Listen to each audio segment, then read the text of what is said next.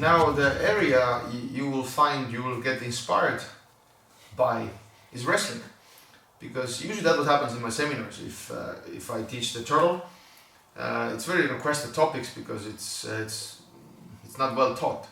People are missing and afraid and everything else, and then I give them, you know, the life, I save their life in that position, and they can start to figure out and feel better. So if the harness is gone and all the things are gone, then everybody will go like, what about this? So they grab the head, they grab the, you know, far leg or near leg, and they try to run me over like a wrestling style. And I'm always very glad when they end up doing those options, because like I said in the Grilled Chicken DVD, we call it Rest-Jitsu for a reason, because it is Jiu-Jitsu and wrestling together.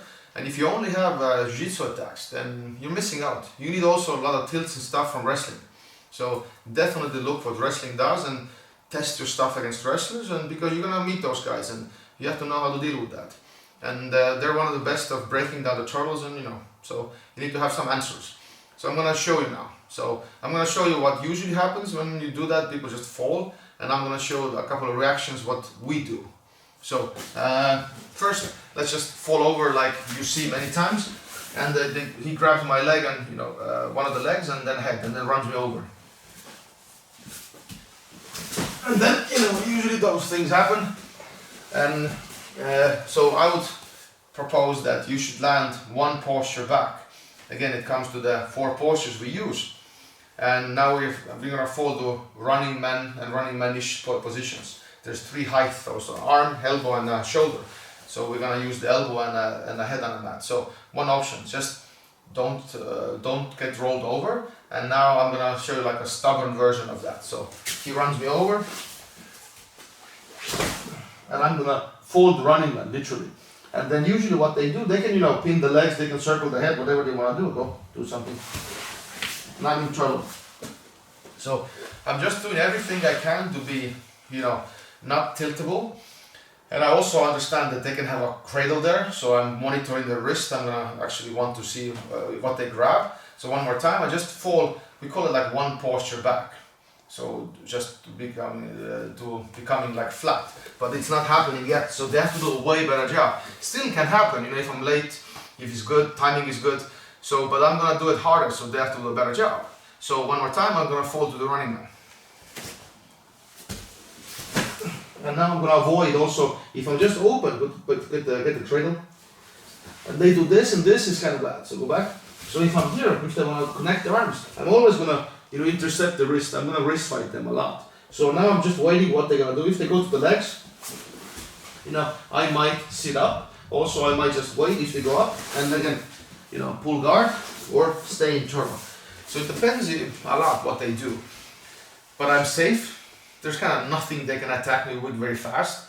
And I have to feel if they're going, you know, upper body, if they go lower body, if they go like a leg lift stuff, like some passing or jumping over the legs. So I have to feel, and then I act. But I don't want to rush it. I don't want to, like, you know, pull guard right away. Just go back to turbo. You know, oh, sorry. Other thing that happened, I can land on my elbow. So this is also what can happen. Well, I land here. And now they're more in a body, like a, you know, hip side. And this is very awesome, you know, you start to pull guard. If they run over your legs, then again, there's panda, also there's a, let's go, get the head. And also here, if they run over the legs, I can also go, okay, turbo, or, you know, move back to a guard. And always protect this, keep the straight, kind of open arm away from them, and you have different posts, stiff arms, controls, hips you can use. But landing on, like, on your elbow and then figuring out how to, you know, pull guard is also one option. That maybe it's earlier, than if you're later, if they really want to jam your head to the mat, you can't have it, then you land. Then you land here, and from here you move again up, you go to butterfly guard. So this is very useful and very annoying, and makes your opponent to waste energy, because this is like a rush to push you over, and then if you just annoyingly come back, they have to do it again, so they get more tired. And it's really also disencouraging when you see that, like, they don't tilt over, they just turtle. And again, then you get called like, oh, you're so annoying, and that's that's the when you have to smile and just take the compliment and yes, just enjoy. So definitely have a backup plan if they wanna, you know, tilt you over, so to speak. So now let's talk about how you use turtle against darces and marshes and other stuff, anacondas and guillotines. So that's kind of section we're gonna cover. So let's do the darce. Darce choke, very effective. It could be like a, you know, it's a choke and a crank. It could be a chank. It's like a mixture of those. Sometimes people use. But if you definitely develop darce, then I hope you start to choke people, not like crank people. And as a beginner, be very careful that the people like crank you. You don't have to wait for a choke. If it hurts, you know, tap, and then you have a good neck later. Otherwise, just they're gonna hurt you. So definitely, if you test turtle, people can, you know, be a little bit aggressive with it because they end up not getting stuff, and they're gonna be like, you know, like cranking a little bit. So feel free to tap and then make it better, so you don't have to suffer that much. So let's do the darce. So what they're looking for is that grip, the head, and then they're gonna tilt, and then, you know, different stuff. I guess there's other good material out there about the darce, and if you're interested, you find good guys. Usually darce is not my best lock. I know it, but it's not my go-to thing. So, but the idea is like if you play that turtle, there's no darce. It's just like it's harder to attack from this position. It has to attack during transitions again. But just let's show it in here. So very silly answer to darces. Let's go. So that was it. But if you keep that everything closed, everything tucked, they really can't do much.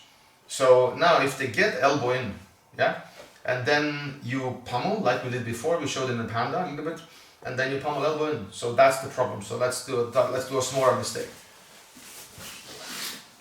The elbow gets through, you cover, and then you pummel in. Yeah. So if elbow gets in, you pummel it in. Yeah, and that's about it. You can grab the wrist, whatever. Usually they try to be like a spear a little bit with these knuckles in. They can't really push it in. It has to go like a little bit in. So you can grab fingers. Sometimes you can grab. Sometimes I do this. Sometimes fingers, and you pummel in. And if they now a little bit start to get like arms together, so we call it a magnets a little bit. So I cup the. We do it in panda also. It's easier to see.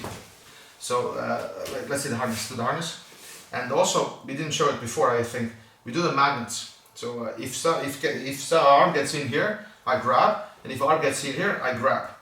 And now they try to connect the arms, go really hard, go.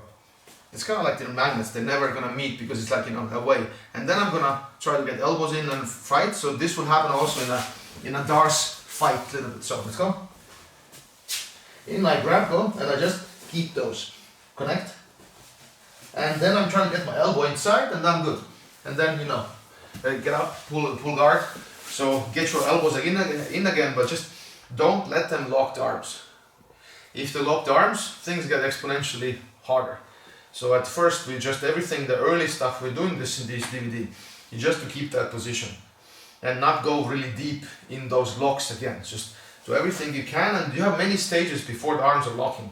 So it's not like, you know, just lock and have the problem, and then you blame me that, oh, we run into that problem all the time. Keep safe, pummeling, magnets, and then, you know, those problems, and I guess we'll see when we cover those things, but I don't think we'll go very deep in this DVD. So, and that's the answer of darce. And then you have to be worried about getting darced when you actually get transitioned. Let's say if they do a knee slide. Yeah, and now they're going to darce. So that's the time when usually people should go to darce. So if I'm here and if they're going, you know, sometimes I just grab the arm, go, and then I get elbow, go, and then protect everything. You head on a mat, elbows in, and then you're good. So you protect always you fight the wrist. Sometimes you can also grab like something knee or push, but if you wrist fight, that's a very, very good way. And also if I'm very late, they do the, you know, knee slide again. I'm going, so I've got the darce, and everything is good. I'm ready right away to grab that again. Right away grab that wrist. And one of the best ways to get out, you use a double wrist. And then you get out of many things. Like in front, somebody's front of you. So really fighting the wrist. That's again, it's kind of like a lost skill. Everybody's trying to counter-attack all the time. Just grabbing the wrist and denying them the quick grip change is very, very key. So they can't grip fight very fast and attack you with different locks and then confuse you. Just control, and then you feel when they're pulling away, and that's the time to escape also. So D'Arce, kind of early defense, should look like this. So now the same stuff against Anaconda. So Anaconda, what it looks like. So he gets a choke, and then he can fall this way, fall that way, but that's the grip. He wants to lock their arms. So head on a mat, and first thing, just same as D'Arce, go. Wrist fight here, so this is always controlled, so you can grab fist, go. And this elbow is in, go. They maybe try to pull the elbow out, so you have to manage and pushing the elbow to the hip flexion, go. And that's, everything is good. And now you can pull guard, you can grab the wrist, just survive here, just enjoy totally. If they get arms more in, then again this has to go. This now can help the wrist. So it was first it was more like a parallel arms, now it's a cross arms, now with this, elbow in and you're good. And really if they get in, you can also have the same parallel arms but same magnets and go connect. And then in and then you feel what you want to do. Pull guard, just survive. Just again, don't let them connect the arms. Things go exponentially. If you let a wrestler, whatever, just connect the arms, it's just tremendous force. And then all those locks will just go. And definitely you have to build the defense against those things later. But first develop just, very close and have defenses. At least I showed you 3 levels. They might happen very fast, but you need them. So, and then it is time also to understand how maybe you work against anacondas and stuff. So now you can pretty much the same answer, but now you can see again how this posture works and kind of kills everything for a top guy. So that's a good thing. That's a good posture to be in. So keep using that. So now against guillotines, and now I mentioned more that boxing shoulder, and it's very, very important you have that in like side control positions. When I would have a chance to talk to you about side control, we will use those things here. We will play with those things. So it's always the boxing shoulder is very, very important. So in turtle against guillotine, so they want to do choke. So usually guillotine, you have the choke.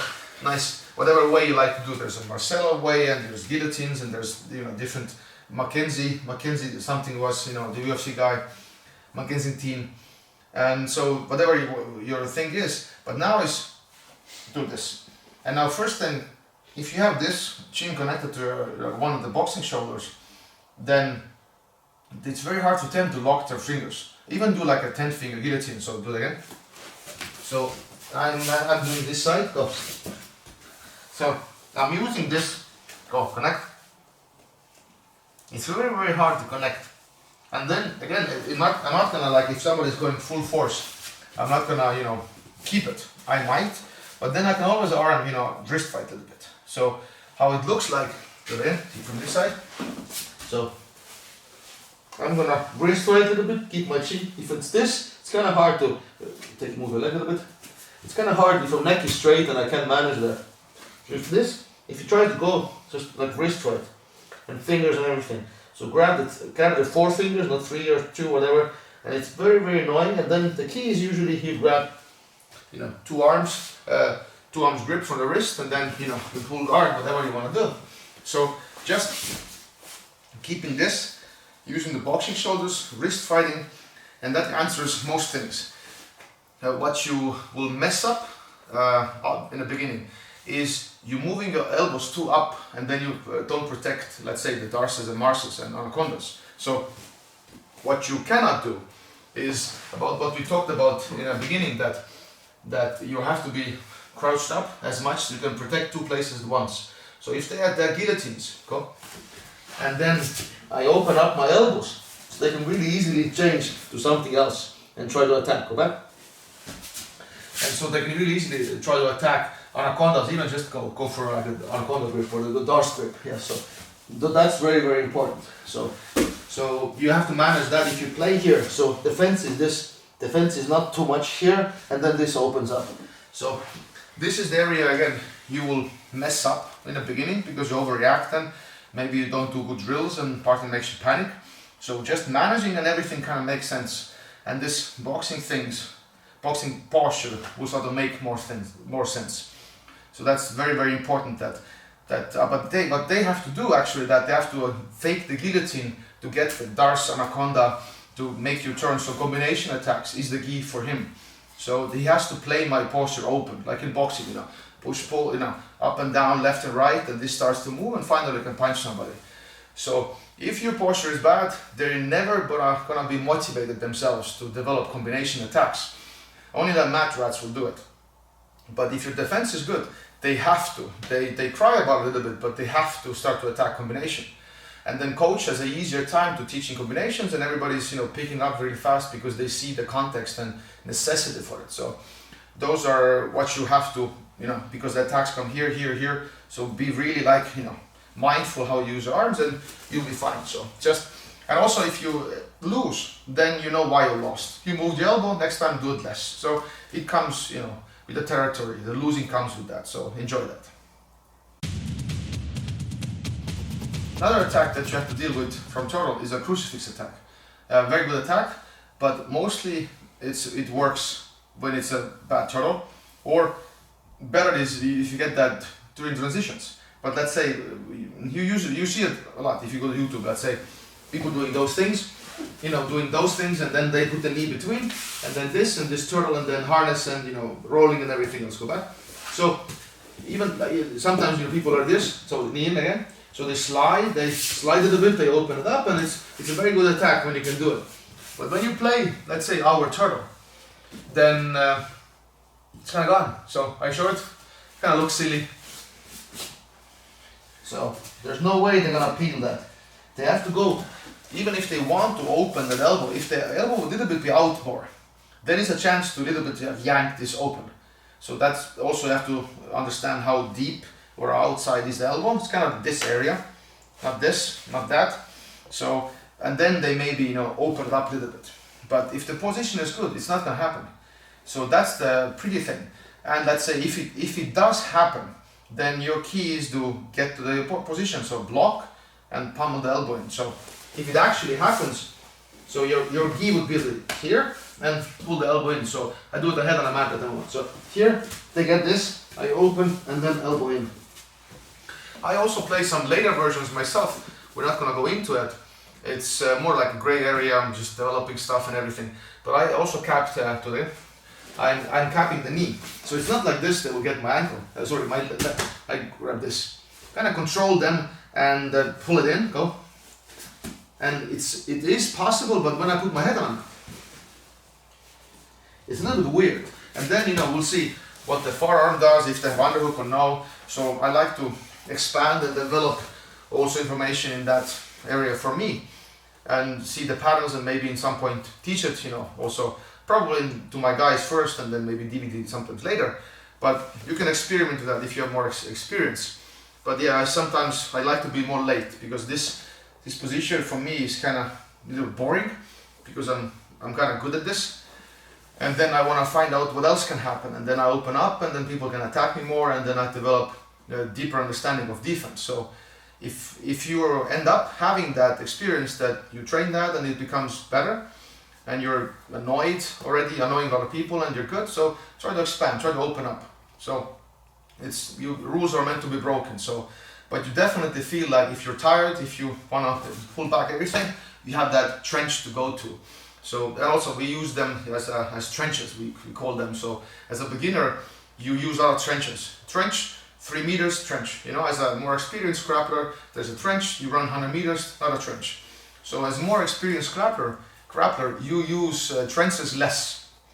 And if you're a beginner, you have to have more reset stops. You can't think ahead so much. So the trenches, those 4 positions that I use in side control, also we call them trenches. They give you that opportunity. So today we're going to talk about just one, and it takes a while to understand it against everything. And now this is the way we train all 4, and then we connect them all. So it's a kind of big system of defense. and it's a very good survival mechanics, and systematically you can do it and improve on it. But crucifix, yeah, it's if you just don't open up your elbows, those attacks are not there.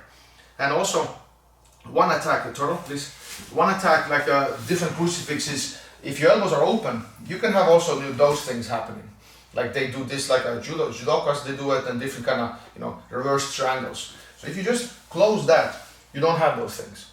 So a lot of those leg attacks that you do around the arm are just gone when you just don't do it. Just don't expand.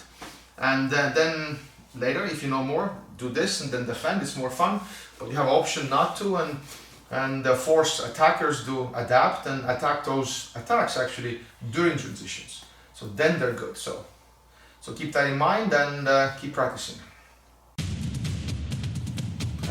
One more thing about the posture again, what will happen to you, people try to I will show you just the attack and then I do it myself. People try to do those things, definitely with the gi and stuff, they go over you and then they grab. And if you have seal feet, and then it's kind of like, and even if they take your back, you fall over, it's not very pleasant stuff. So this is weird when it happens to you, because it shouldn't, because you're in turtle only because they keep in your internal. But I'm going to show you how I deal with that, and we're going to do it with just from the shoulders. It doesn't matter, that you can grab the sleeve also. So let's do the attack. So this, they grab, and they can put hooks in and stuff. So that's why you have toes on the mat, because you're going to make your head heavy. If they're going to pull, they're actually going to push from the toes, and it's really, really hard to pull. And usually they have to come closer to pull. And that's very bad, because now I have this. So, thank you. Usually this attack is kind of like a weeded out, because you can't lift. You guys have to get close, and close means you have to give up double unders.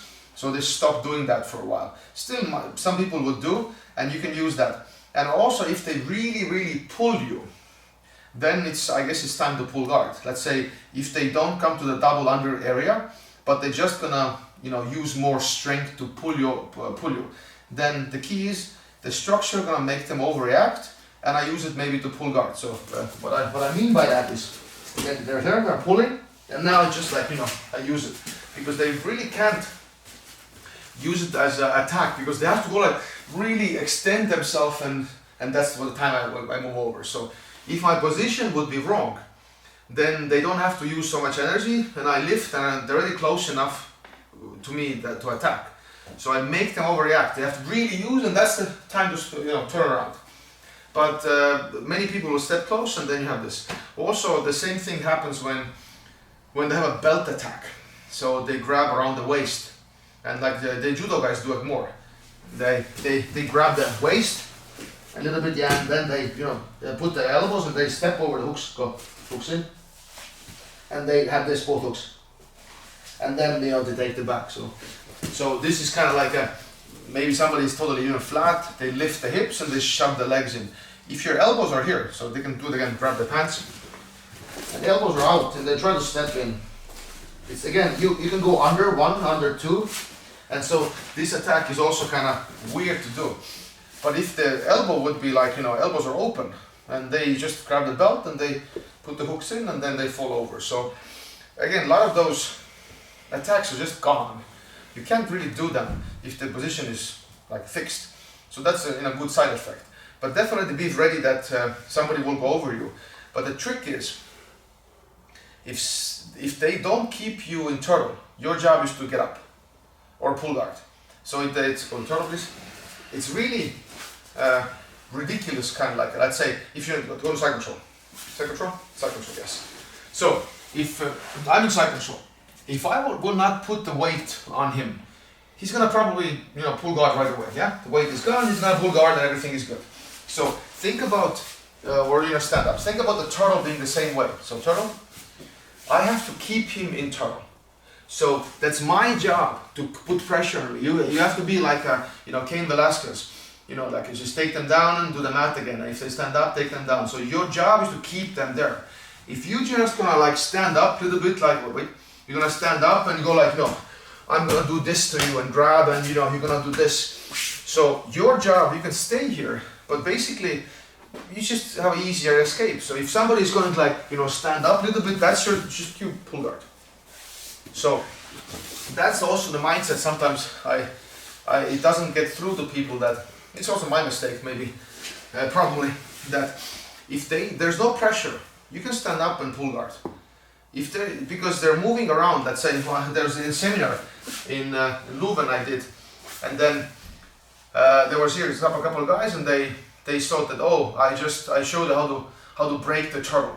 So what they did was they stood up, they went here, they grabbed the legs, and they just flipped me. Yeah. And so that seems like a legit to it. But first of all, you have like a gazillion chances here to just pull guard. And if I go, they can pull guard. If I go here, they can pull guard. Or if I really grab and lift, you can just pull guard and everything is good. And so the answer was, oh, I just broke your turtle. No, the answer is like, you just, let me out. And I have many, many chances to do escape. So keep that in mind also, that if you want to stay there and let people walk around and, try to bully you, I'm totally fine with that. But if you feel there's no pressure, that's your cue to do something. Because people can also mess with you a little bit by pulling here, pulling there, and just grabbing you. I have a big guy in my gym. Shout out to Robert Knoll, and that's manhandling a little bit. So that's your cue to actually fall to these running mans and everything else. Just be annoying and just find a way when you want to escape. So those things will happen you when you use, let's say, turtle the way it's not meant to be. But you can definitely develop that borderline information, just being more annoying, even if you have time to escape. So keep that in mind and experiment definitely with that also. Now let's talk about hooks. Actually, what top guy can do and what's the adaptation, what the top guy usually figures out. And just I'm showing the position. It is, let's say, dangerous if you don't know that, because those things hook, they go here. And now if they put the weight in, so as an attacking position, it's kind of we use it, because now the head goes on a mat also. And you can have hooks here, and you can control people, and then the arms are free. But this is a very weird rotation for your knees. If I widen them a little bit, it actually they can tap out. Yeah. So you have to be careful that they kind of rotate your knees inwards and push them outwards. So you have to know how to relieve that pressure, because if you have a good position, people will come up, it's a very good attack, come up with that. Because if like I said before, if all the harnesses, everything is gone, they will start to come up with the wrestling situations, and what about this, and what about that, and cradling, and so you get exposed to a lot of things. And that's wonderful, because your turtle gets exposed to a lot of things. If you only deal with people who put harness and takes you back, you're gonna actually be afraid of let's say wrestlers.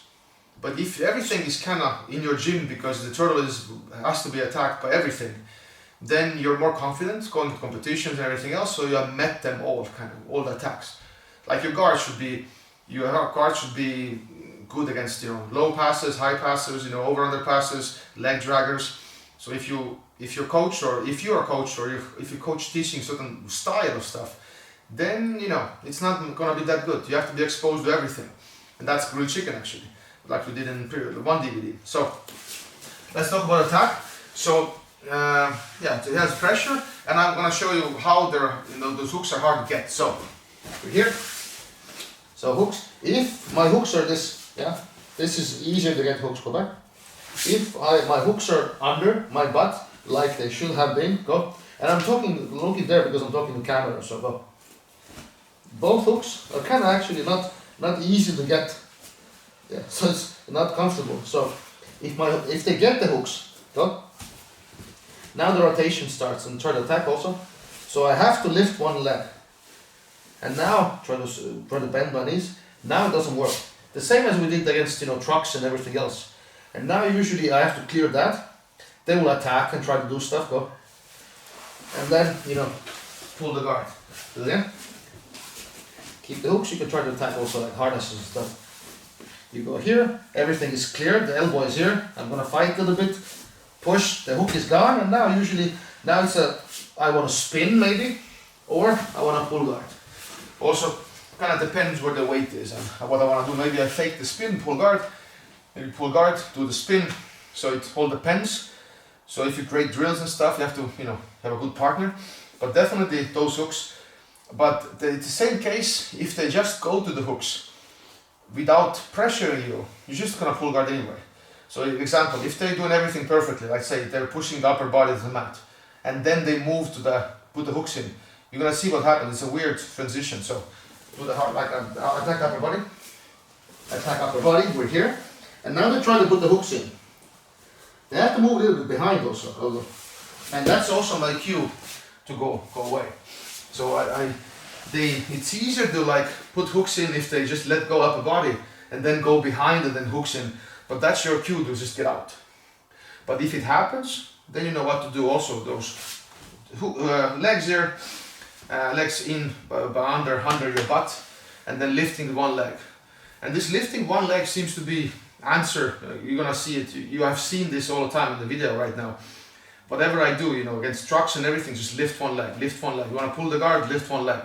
So just all over, simple stuff, just this position. What we have basically done right now is, we have talked about almost 2 hours about this position. And when you wanna defend something, then it's at 3 different heights. So we have done this, and then pull guard. We have done this and pull guard. We have done this and pull guard. So the same position again, and then hooks are working, and then some framing. So in that sense, the system is, you can go like, oh, it's very easy. But it's easy in a context of boxing. Boxing seems to be very easy, but at the same time very complicated. If somebody says boxing is easy, it's kind of like overstatement, because jab, crossing, hooking, like a uppercutting, and then this, it's not easy. It's a very complex sport because of the distance and all the chaos in the distance. But techniques are yes. So I'm trying to figure out, like, this is everything are always under construction. So this is like a 0 point of turtle 0 point also, and just minimal things what you have to do to get good at this.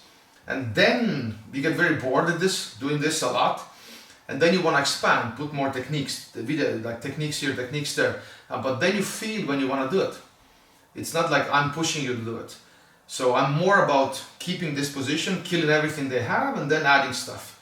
Instead of just doing 20 sweeps, and you lose me at the 5th sweep, you go like, that's too much already. But they're cool to see, but hard to do. This is very boring to see in a way, but very necessary to do. And you can build everything on it. So I really recommend you spend like enough time on this and make it good. So.